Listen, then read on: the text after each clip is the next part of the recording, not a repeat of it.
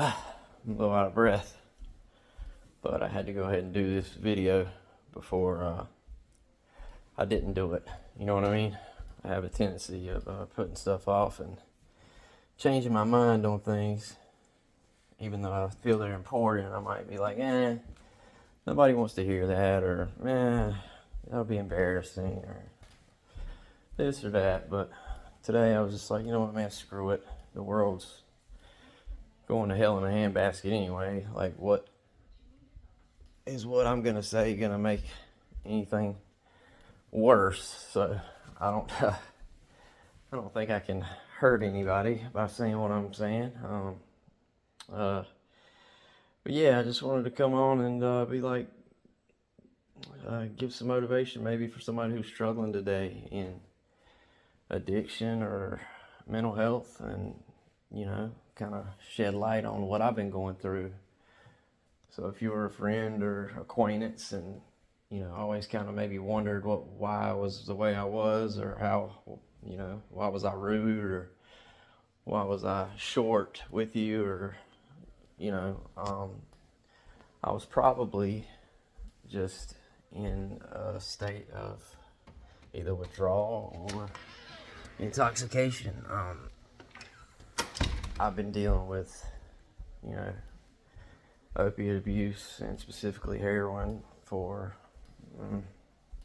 on and off for 15 years, mainly on. But finally, I've got some clean time, quite a bit actually, strung together, and I had a son with a woman I met in rehab, and this is a big motivation for me getting clean. This is why I just jumped to this. He was born with damn near everything in his system, and it scared me to death how he was going to come out, and I couldn't get in her face about anything because A, I don't know what it's like to carry a child, and B, I wasn't sober myself, so I took it upon myself to get clean as he was coming into the world, because I wanted to be a good dad, and secondly, I wanted to have a better life for myself, and thirdly, I was hurting everybody I came across, and I had no relationships. I always wanted to have a kid, and that girl blessed me with a child, but she wasn't the kind of person that I wanted to have a child with.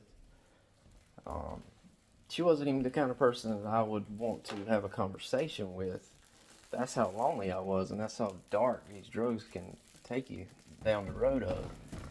Um, I made a joke with somebody. I know way too many people that are amputees, or have been shot or stabbed or this or that, and the next man, probably as many as a lot of ex-military, because this world puts you in a world of bad people and bad places and bad situations, and a lot of the people are good, don't get me wrong. A lot of people are salt of the earth people, but they just have this, this thing that's tying them down and making them bad. And I swear this is not hyperbole. When you're in addiction, you stop taking opiates such as heroin or even Oxycontin, man.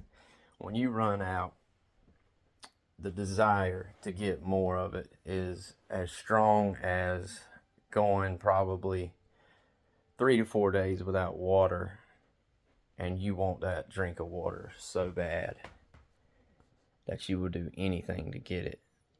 And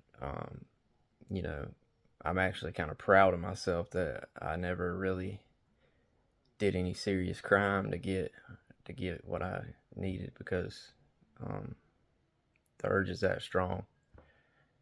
And even when you're through the sickness of it, man, the mental games, you have a stressful day, the back of your mind says, you go get that pill right down the road. So-and-so's got, just got a script, or so-and-so's got a couple bags, and, you got couple $100 in your pocket, man. Go get what you need, it'll take it away. You won't have to worry about money or love or, how shitty of a person you become, or, you won't have to deal with the grief of a friend passing, because that shit takes all that away. It's temporary, man, but if you're living in pain constantly, temporary relief from pain, man, it's invaluable. And, I never got that kind of relief like people say they get from going to church and praying and this and that and having a connection with, the loved one or whatever. I never had that, have something natural take it away, so. A lot of even now, man, if like without my son, I would be just hell on wheels. I'd still be bad. I'd probably be dead or in jail for real, because it was getting rough. I kept overdosing. Did it in front of my parents and family. God, and I'm not that guy. Anybody that's known me for a long period of time knows that I was, shy, mild mannered, pretty smart dude in school. I wasn't aggressive or mean. So if something can turn me into what it did, like, it's pretty strong shit. But back to what I was saying, it's when you're done with it, you're not done with it. Even today, man, like, I got my son, and that's really the only tether that's holding me from slipping. I just lost a best friend, and then I lost another friend in the same week, and it hurts, and I hate waking up with that hurt, and I hate it, and I don't have a lot of friends. The way I behave, man, it isolated me from being able to get invited to things. People don't know how you're going to show up, or are you going to show up? So pretty soon after, year after year of you being, flaky, your phone's going to stop ringing. And that's what happened to mine, it stops ringing. And you're basically alive, but you're dead to the rest of the crowd, man, because you died in their mind a long time ago, because you fell off.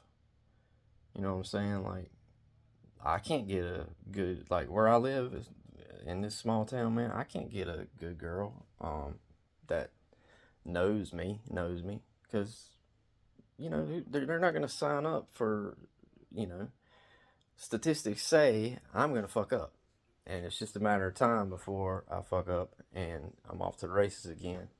And love is already, marriage is 50-50 pass fail anyway, and a couple of my stats to that, and it's like probably 10% chance of working. So I get it, but it's lonely. Nevertheless, it is very lonely. I'm not complaining, but I kind of am. I'm just saying, like, yeah, I did it to myself. A lot of people were like, yeah, well, hey, man, you reap what you sow. Well, no shit, man. But sometimes you fuck up and, you plant the wrong shit. Like, you know what I mean? Like, sometimes you just, you're in a bind and you plant what you can plant. You get by with how you can get by. I've always been an anxious and kind of sad guy anyway. So, I was looking for relief, and I looked in the wrong spot, and, I got what I got. And the get back is, it's tough. If I didn't have that love for my kid every day when he sees me running to me and looking to me, man, it would be tough. It would be so fucking tough.